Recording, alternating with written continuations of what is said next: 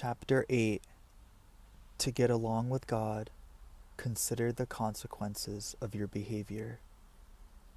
Earthseed, the Books of the Living, Saturday, July 26, 2025. Tracy Dunn has not come home and she has not been found by the police. I don't think she will be. She's only been gone for a week, but a week outside must be like a week in hell. People vanish outside.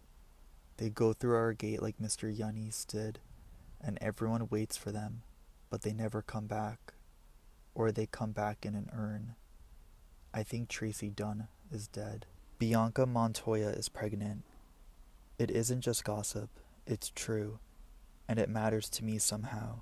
Bianca is 17, unmarried, and out of her mind about George Iturbe, who lives at the Ibarra house and is Yolanda Ibarra's brother. George admits to being the father. I don't know why they didn't just get married before everything got so public.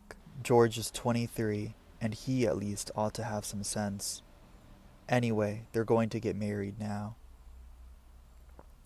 The Ibarra and Iturbe families have been feuding with the Montoyas for a week over this. So stupid. You'd think that they had nothing else to do. At least they're both Latino. No interracial feud this time. Last year, when Craig Dunn, who's white and one of the saner members of the Dunn family, was caught making love to City Moss, who's black, and Richard Moss's oldest daughter to boot, I thought someone was going to get killed. Crazy. But my point isn't who's sleeping with whom or who's feuding. My question is, how in the world can anyone get married and make babies with things the way they are now? I mean, I know people have always gotten married and had kids, but now there's nowhere to go, nothing to do. A couple gets married, and if they're lucky, they get a room or a garage to live in, with no hope of anything better, and every reason to expect things to get worse. Bianca's chosen life is one of my options. It's not one that I intend to exercise, but it is pretty much what the neighborhood expects of me, of anyone my age. Grow up a little more, get married, have babies. Curtis Talcott says the new Iturbe family will get half a garage to live in after they marry. George's sister Celia Iturbe Cruz and her husband and baby have the other half.